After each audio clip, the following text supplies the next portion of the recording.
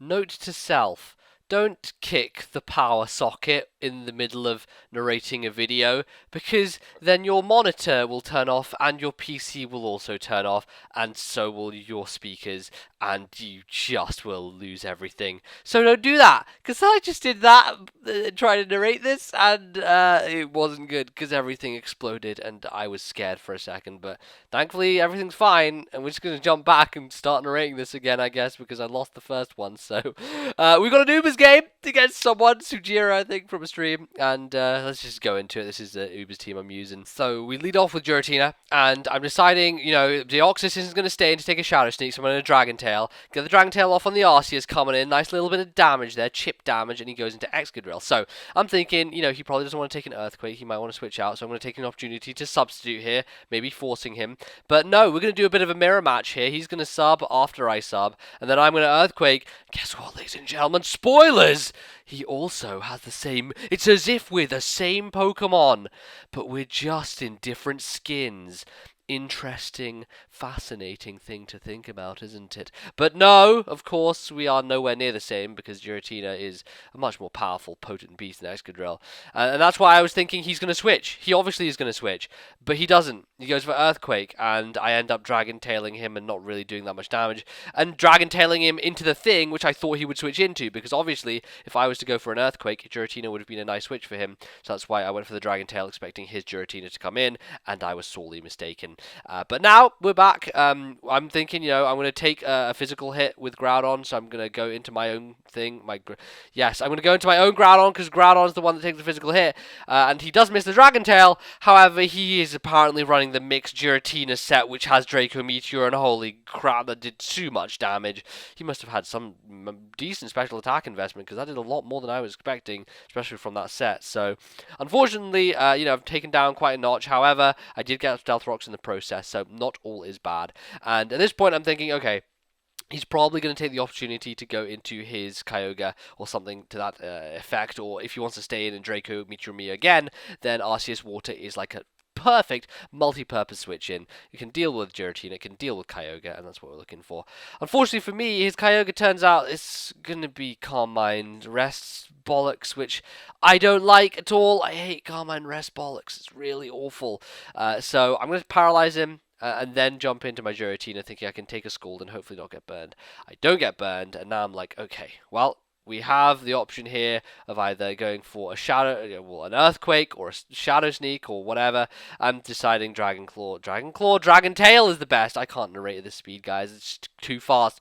Well, it doesn't matter, because I told myself I'm going to do it, so we're going to do it. I Dragon Tail him out into his Giratina again, and obviously he's going to go for a Dragon move again. I'm going to go into my Foray to take that and get forced out, because he Dragon Tailed. So much switching going on. Switch here, switch there, switch everywhere. And now I'm going to go back into Groudon. So we've got Groudon versus Giratina again.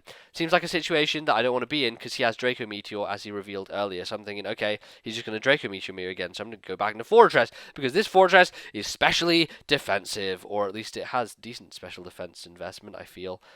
Though, having looked at that Draco Meteor, it doesn't seem as convincing, because that did a lot more than one would expect from, Giratina to a special defensive Foray. But whatever, I decide to go for the spikes here. Optimal play probably would have been the Volt Switch, because then I could have gone into something to deal with this Kyogre, as opposed to setting up spikes and now having to switch into Kyogre and risk taking a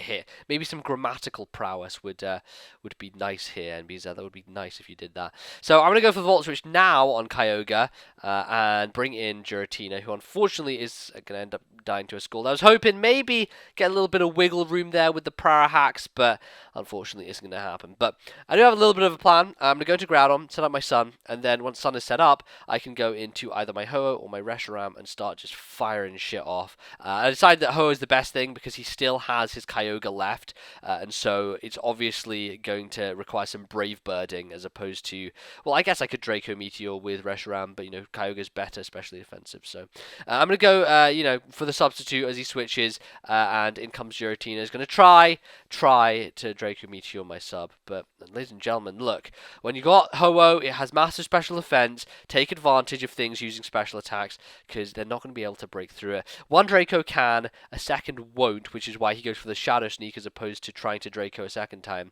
And I'm able to get off my substitute, but thankfully, because Shadow Sneak didn't do a huge amount of damage, I am able to live this next one without my substitute breaking, and get off the delicious recover all the way back up to full HP, or very close to full HP anyway, and lefties will bring me even closer to that amount. At this point, I could have subbed again, because obviously he's going to Shadow Sneak, but I was like, you know what?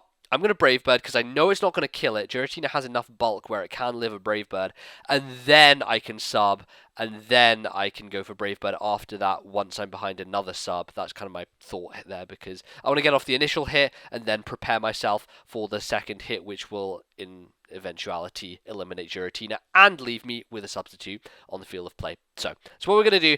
He decides to save his Giratina for whatever reason. Maybe he wants to keep it for priority Shadow Sneaks later on. It's his prerogative. And he goes back into Kyogre, which is perfectly fine. It kind of neuters my Sacred Fire to some extent, but he is not immune to, or not resistant to my Brave Bird, which is going to do a huge amount. Same with Giratina, not enough to quite take it out, but puts it in a horrible position where either he stays in, loses his Kyogre, and I win the Weather War, or he switches out and risks me substituting on something. And I thought he really would switch out. I honestly thought, he's going to go into something because he wants to save his Kyogre to win the Weather War. He doesn't. I go for the substitute, but fortunately, he gets paralyzed, so I actually get a little bit of hacks in my favor and allows me to keep the substitute for my Ho-Oh, which is pretty fantastic because it means I can Brave Bird kill the Kyogre, and then hey, I have a platform. I have a little dolly to hide behind, so I can now brutally kick something in the nuts with Ho-Oh. Whatever it so happens to be, anything. Even something that doesn't even have nuts. Look at Arceus. Probably doesn't even have any nuts. But Kyogre, Ho-Oh is going to try and kick it in the nuts anyway. Regardless, that's what the game plan is. First of all, though, recover is a good plan, I feel, because I'm like, well, I can use Ho-Oh later if I am going to switch out. And I do have Regenerator as well, so that's also a possibility. But I just wanted to get the instant recovery, and it turns out this Arceus is just going to be Perish Stall. Perish Stall, which means he has Recover, and he has Perish Stall. He's probably got Toxic, and some other stally kind of move, maybe Protect or something weird like that. I don't often see Arceus with Protect, but maybe it does have it, who knows. Honestly, I have no idea, but I see that Brave Bird is really not doing a lot, and there is really no point in me staying in, so I'm going to go into Groudon, win the Weather War by bringing him in and setting up the Sun, and now I have a few options.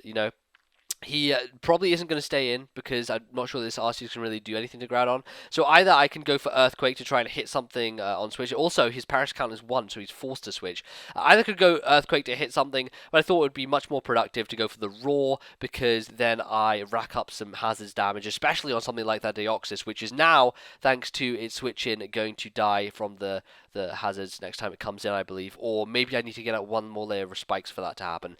Either way, it's really close. I end up roaring him into Giratina, which I, once again, don't want to stay in on with my Groudon because we've seen how much Draco Meteor does, and then he goes for Shadow Sneak, which I was kind of weirded out by. Not really weirded out by, I was like, why would you go for that? I don't think it would have killed me from that range. Look how much of HP I'm at. So I go back to Groudon thinking, okay, he's probably going to Earthquake or something again. Like, I'm not sure what this Giratina's deal is.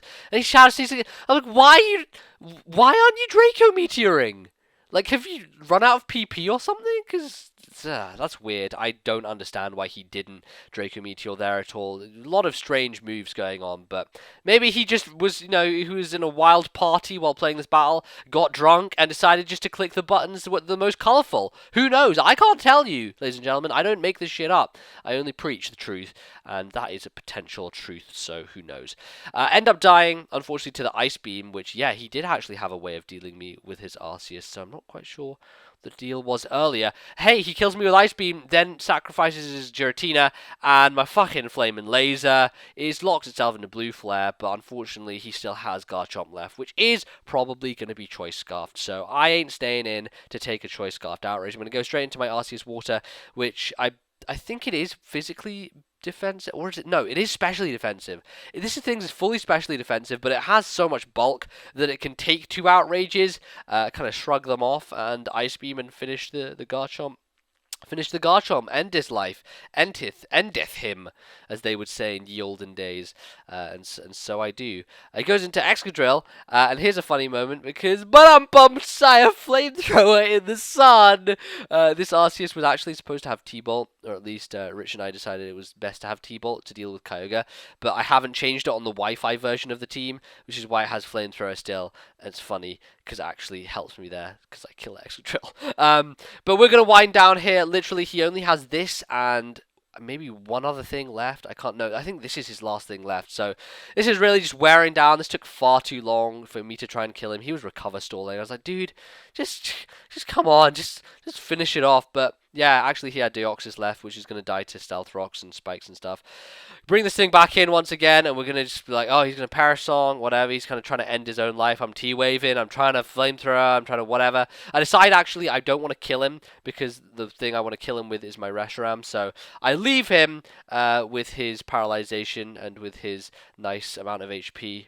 Not for too long, not too much longer, however, because I have fucking Blue Flare. And even if Blue Flare doesn't take him out, which it obviously is going to do, because I'm a fucking Reshiram in the sun, he would die to Perish Song. So we closed the book on that one. We finished the game. It was a long one. I sped it up quite a lot, and I did get left behind in the narration somewhat, but sometimes you got to do that. Sometimes you just got to roll with it, and that I did. I rolled and rolled and rock and rolled.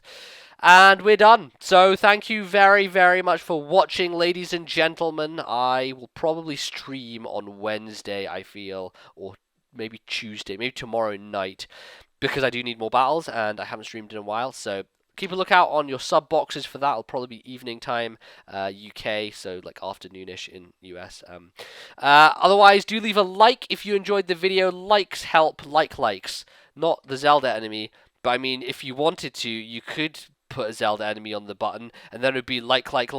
The likes. Imagine, it's like 3. That's a triumvirate. That's a triumvirate! The first triumvirate of my channel, likes. I've descended into madness, and I shall stop speaking. Thank you for listening to me babble, and I'll talk to you guys next time. Goodbye.